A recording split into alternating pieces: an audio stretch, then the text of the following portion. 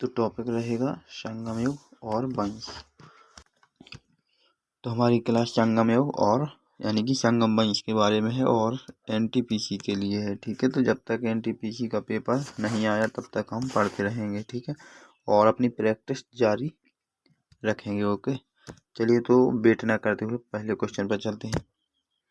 संगम साहित्य किस भाषा में लिखा गया था? बताइए, संगम साहित्य किस भाषा में लिखा गया था? तो ये तमिल भाषा में लिखा गया था। संगम साहित्य किसका भाग है? तो प्राचीन इतिहास का भाग है। ठीक है, किसका? प्राचीन इतिहास का भाग है। ओके, प्राचीन इतिहास। ठीक है, चलिए अगला क्वेश्चन रहेगा हमारा कि निम्न में से कौन संगम युग का प्रमुख वंश नहीं था? एक ऐसा वंश है जो संगम वंश से रिलेटेड नहीं है। तो चलिए यहाँ पर देखते हैं कौन सा ऐसा वंश है। आप बताइए इनमें से कौन सा ऐसा वंश है जो संगम वंश से रिलेटेड नहीं है। चोल संगम वंश से रिलेटेड है, पांड्य संगम वंश है, चेर। यहाँ पर ओनली मौर्य एक ऐसा वंश है जो संगम वंश से रिलेटेड नहीं है। थर्ड क्वेश्चन हमारा रहेगा संगम युग की जो सभा है उसका नाम क्या था? संगम युग की सभा का क्या नाम था? तो संगम युग की सभा का भी नाम संगम ही था, बाकी सब यहाँ पर। चलिए अगला क्वेश्चन, सबसे पहले संगम की बैठक कहाँ हुई थी? तो सबसे पहले जो संगम की बैठक हुई थी वो मदुरई में हुई थी। कहाँ पर हुई थी? मदुरई में। ठीक है,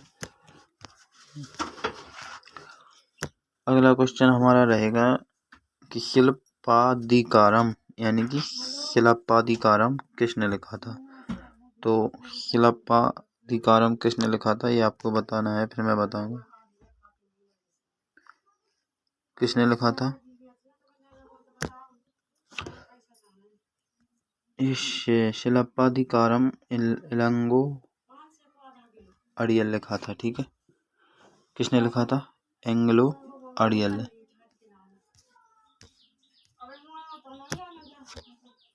संगम युग का सबसे प्राचीन व्याकरण ग्रंथ कौन सा है? तो संगम युग का जो सबसे प्राचीन व्याकरण ग्रंथ है वो कौन सा है? संगम युग का सबसे प्राचीन ग्रंथ बता दीजिए। तो संगम युग का जो सबसे प्राचीन व्याकरण जो था वो कौन सा था? तोलकाप्पियम। ठीक है, कौन था? तोलकाप्पियम। अगले क्वेश्चन पर हम चलते हैं कि पांडवंश की राजधानी बता दीजिए आप एक बार। पांडवंश की राजधानी क्या थी? तो पांडवंश की राजधानी उरई, मदुरई, तंजावुर, बेलूर।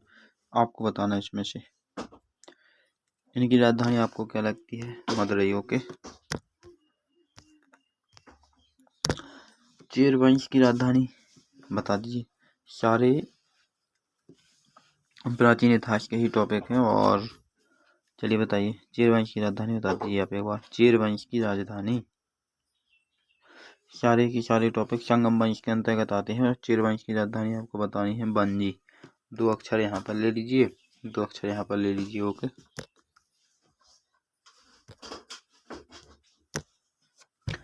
तमिल महाकाव्य मणिकेलकई के रचयिता। तो तमिल महाकाव्य मणिकेलकई के जो रचयिता है वो सत्यनार है। कौन से? सत्यनार। यानी कि एक हिसाब से याद रख लीजिए कि सत्य जो बोलता है उसका संबंध मणिकेलकई से है। ठीक है, जो सत्य बोलता है तो आपको याद रहेगा, भूलेगा नहीं। संगम युग में व्यापार के लिए प्रसिद्ध। चलिए अगले क्वेश्चन पर चलते हैं। सबसे पहले संगम युग में व्यापार के लिए प्रसिद्ध बता दीजिए। संगम युग में व्यापार के लिए कौन सा ऐसा बंदरगाह था जो प्रसिद्ध था? तो वो था पुहार। कौन सा था? पुहार। ओके, पोहा से रट लीजिए, पुहार। चोल वंश की राजधानी बता दीजिए। चोल वंश की राजधानी, चोल वंश की राजधानी कौन सी थी? मदुरई, तंजावुर, कांची। आपको बताना है। ठीक है, मुझे नहीं बताना है। ओके, देखो यहाँ मैंने क्या बताया था, यहाँ पर चोल वंश की राजधानी है पुहार।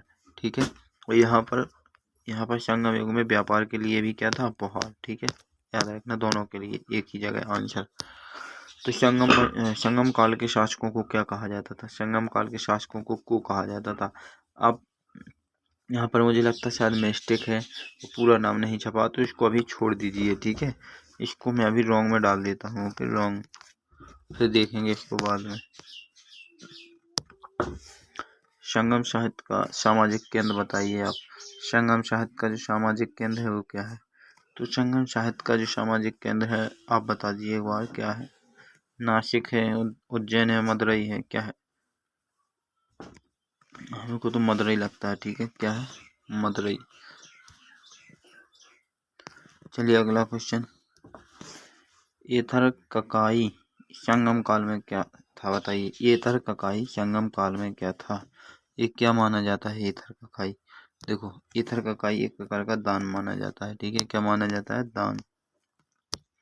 बहुत अजीब अजीब से क्वेश्चन है। चेर वंश का प्रतीक क्या था? तो चेर वंश का प्रतीक आपको बताना है धनुष्य था। चेर यानी कि चीरना, किसको? किसी को भी चीरना। चेर से अंदाज लगा लीजिए, चीरना। और किसको, कौन सी चीज है जो चीरती है? वो धनुष। ठीक है, इसकी आप कभी भूलेंगे नहीं। ओके। संगम युग की आर्थिक गतिविधि बताइए। संगम युग की जो आर्थिक गतिविधि है वो क्या थी? कृषि थी। क्या थी? एग्रीकल्चर। ठीक है, एग्रीकल्चर। ओके। अगला क्वेश्चन आएगा यहाँ पर, पांडववंश किस चीज के लिए प्रसिद्ध था? तो पांडववंश साहित्य संरक्षण के लिए प्रसिद्ध था।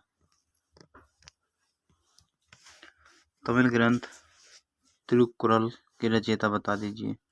तो तिरुकुरल के जो रचयिता थे वो कौन थे? तिरुवल्लुवर। कौन थे? तिरुवल्लुवर। ओके। अगला क्वेश्चन, नेक्स्ट क्वेश्चन, संगम साहित्य में अहम का तात्पर्य बता दीजिए। अहम का तात्पर्य प्रेम और निजी जीवन से था। ठीक है, क्वेश्चन बचा है last.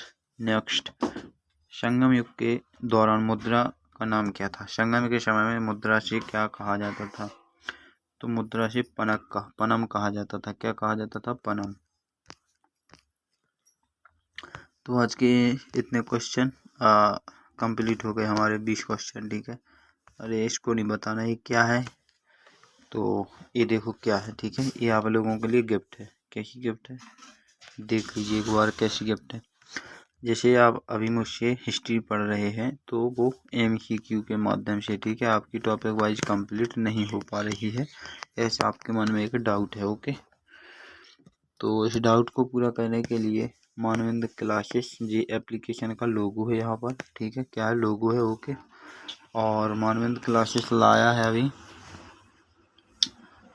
CHSL history live batch. ठीक है, बैच का क्या नाम है? लक्ष्य बैच 3.0। कौन सा बैच है? लक्ष्य बैच 3.0।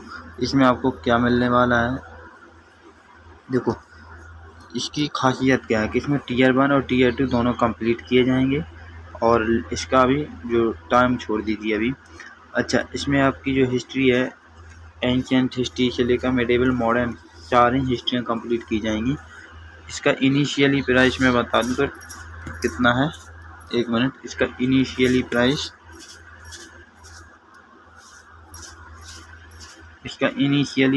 है 499 रुपये। ठीक है, 499। बट इस पर मैं कूपन कोड देता हूँ, तब आपको 80% डिस्काउंट चल रहा है अभी, तो ये मिलेगा 80% डिस्काउंट मिलेगा, तो ये 99 रुपये का पड़ जाएगा। ठीक है, इसमें एक आप लोगों को प्रॉफिट है कि 15 मंथ के लिए, अभी 12 मंथ के लिए था, अब 80% डिस्काउंट निकाला और साथ में मैंने 3 मंथ बढ़ा दिए एक्स्ट्रा। ठीक है, 15 मंथ के लिए आप इसको ले सकते हैं। ओके, इसकी वैलिडिटी।